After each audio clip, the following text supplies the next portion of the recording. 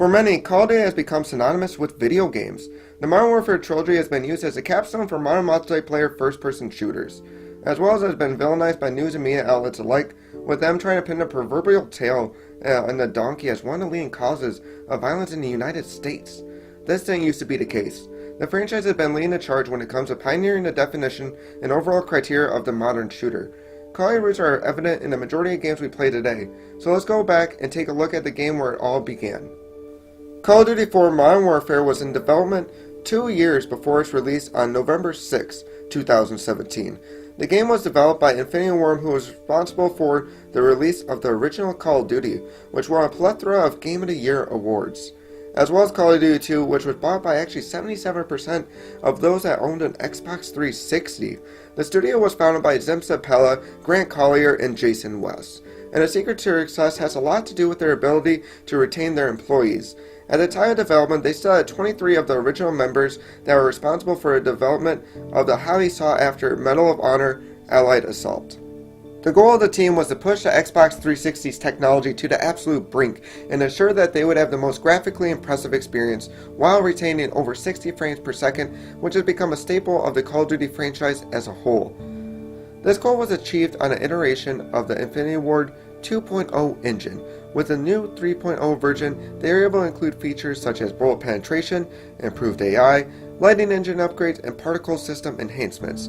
They also wanted to make the game sound as realistic as possible and to capture the emotions of what our brave soldiers go through in and outside of combat. The developers accomplished this by taking a visit to 29 Palms, which is a marine training facility located in the California desert. This allowed them to talk to real Marines only weeks out of combat to get a feel for the range of emotions and attitude that these soldiers have while in combat. This also allowed them to get hands on the equipment that they would have had access to otherwise. For example, they were able to capture the effects of what would happen if you were to stand near an Abrams tank when it fired. With all the access they had to modern technology, they wanted to avoid referencing any current real wars, but one aspect of gameplay that they didn't want to change from the previous titles was the idea of two large opposing forces with similar numbers and technology. During early development, the team tried to take what worked in Call of Duty 2 and apply it to a modern setting. They did this by using some of their favorite movies and well-known battles from the modern time period and integrated them into the campaign. Early on, the campaign lacked any sort of storyline pertaining to the Russians during the first year of development. But then they chose to create a war with several different fronts, primarily involving a group splintered from the Russian army with a secondary front in the Middle East.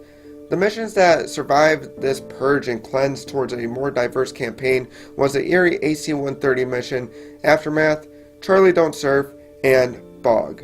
This design reboot is where they integrated the ghillie suit and stealth missions as well as other missions set in Russia.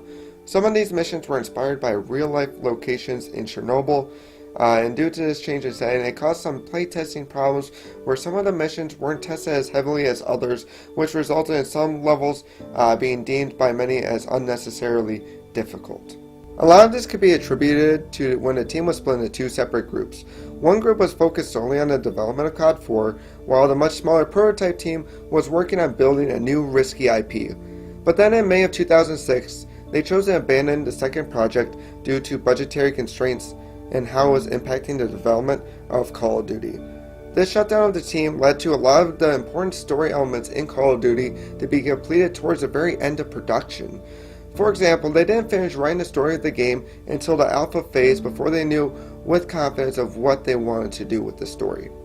Another example of this are the mini movies that were put as placeholders for a loading screen, which were created to inform the player of the progression of the story as well as setting the scene for the next mission. In order to accomplish this task, they chose to contact the producers of the Discovery Channel's Future Weapons and signed a contract with SPAV. SPAV was responsible for the title animations of the TV show, and on top of that, the team has been known to do voice capturing very late in development to make sure that they don't have to redo anything due to mission or story changes. After finishing most of the voiceovers, they decided that they actually needed a different voice actor for Captain Price. The team decided that Billy Murray was the man for the job. No, not Bill Murray, Billy Murray. And he's actually known for his acting and has entertained British TV audiences for over 30 years. With him doing a voiceover for Price, the character essentially took a life of its own and transcended the Modern Warfare trilogy and will be a part of many future Call of Duty campaigns moving forward. Other notable voice actors in the game includes Craig Fairbrace, of which has gone to star in close to 50 feature films, including the lead role in 15 independent films in the UK and US. Someone else to mention is David Subvov, who is best known for his role as Blitzwing in the movie Bumblebee, and he was responsible for the voice of Lieutenant Vasquez. If there was an individual that could do it all at Infinity Ward, it was Mark Grigsby. He wore multiple hats throughout the creation of the game. He was not only the lead animator, but he was also the voice actor for Staff Sergeant Griggs, which was modeled to look like him.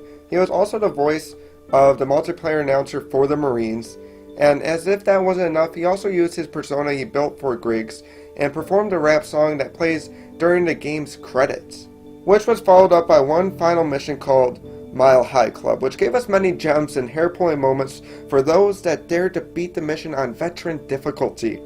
At the beginning of the mission, you listen in as two soldiers from your squad are having a conversation where one says, "We are going deep and we're going hard." The other replies, "Shirley, you can't be serious."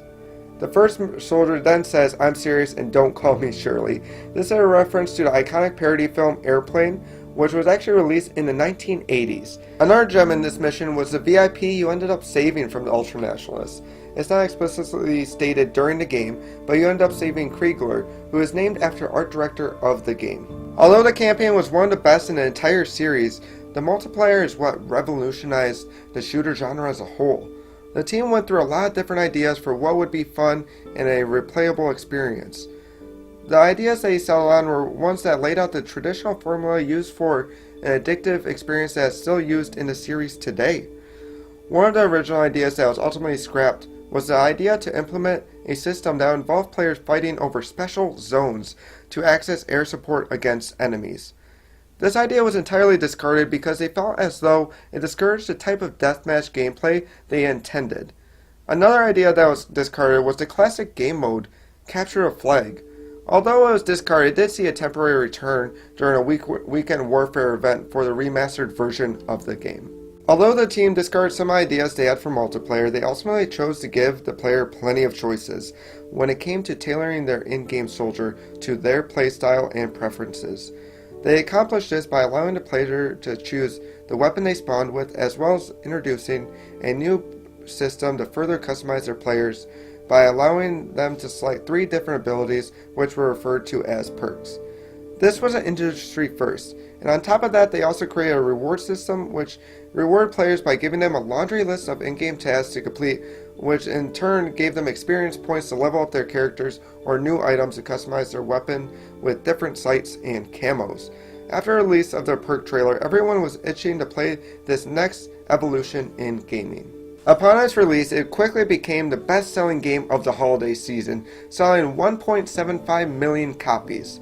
This number, combined with 440,000 units sold for the PlayStation 3 version of the game, resulted in COD going double platinum in 1 month's worth of console sales alone, and fulfilling the predictions that it would outsell Halo 3.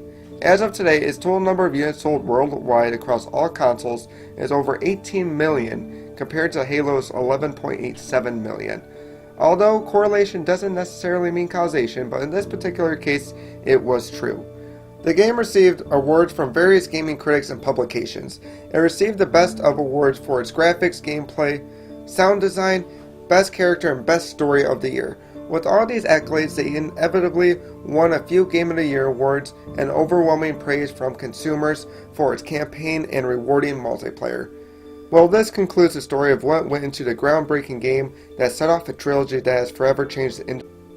Hey everyone, I just want to thank you so much for your time today, and if you could leave a like on the video, I'd greatly appreciate it. And on top of that, if you like the content that you saw today, feel free to subscribe to the channel. I'll definitely be making a lot more making of videos in the coming weeks, and if there's a game that you want me to cover in particular, please drop in the comment section below.